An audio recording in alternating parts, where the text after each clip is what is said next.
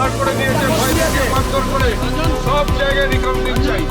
আমার কাউন্টিং এর জন্য আমরা ভিতরে ঢুকতে পারছি না, জোর করে আমাদের বের করে দিচ্ছে। ক্যান্ডিডেট যাক, আমার সাথে কথা বলুন, বলে বলো যে আমাদের ক্যান্ডিডেট যাদের বার করে দিয়েছে ওইখানে আমাদের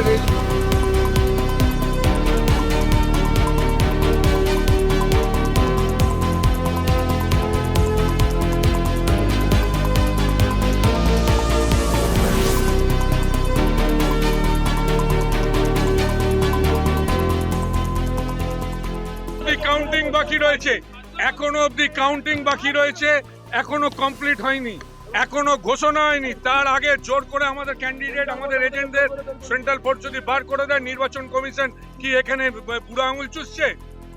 কেন আমরা কেন নিরপেক্ষ নয়?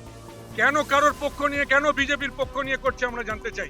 ইলেকশন এজেন্ট সোমনাথ বেরা তিনি নিজে অলরেডি আরোকে রিকাউন্টিং এর জন্য তার আবেদন জমা করেছেন।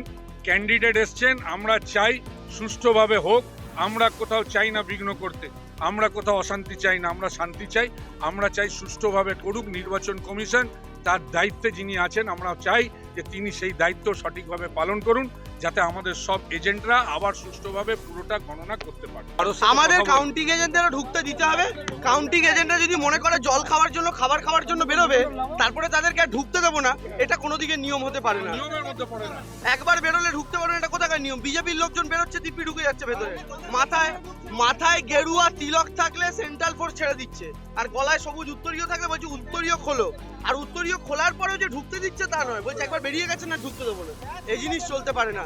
আমরা এখানে ভিভিপ্যাট কাউন্টিং চাই এবং সম্পূর্ণ রিকাউন্টিং চাই, কারণ আমাদের কর্মীদের ভয় দেখানো হচ্ছে, আমাদের কর্মীদের হুমকি দেওয়া হয়েছে, আমাদের কর্মীদের কোথাও কোথাও মারধর পর্যন্ত করা হয়েছে। আমাদের কর্মীরা বেরিয়ে আমাদেরকে কমপ্লেন করেছে। এবার বেরিয়ে যারা কমপ্লেন করছে তাদেরকেও বলছে আর ভেতরে ঢুকতে দেবো না। ফলে এই যে ট্র্যাপটা তৈরি করা হয়েছে যে ভেতরে অত্যাচার করবো, বেরিয়ে যাবে, তারপর আবার মাঠ ফাঁকা, আর ঢুকতে দেবো না, তারপর যেমন খুশি কাউন্টিং করে নেবো, এ গল্প চলবে না।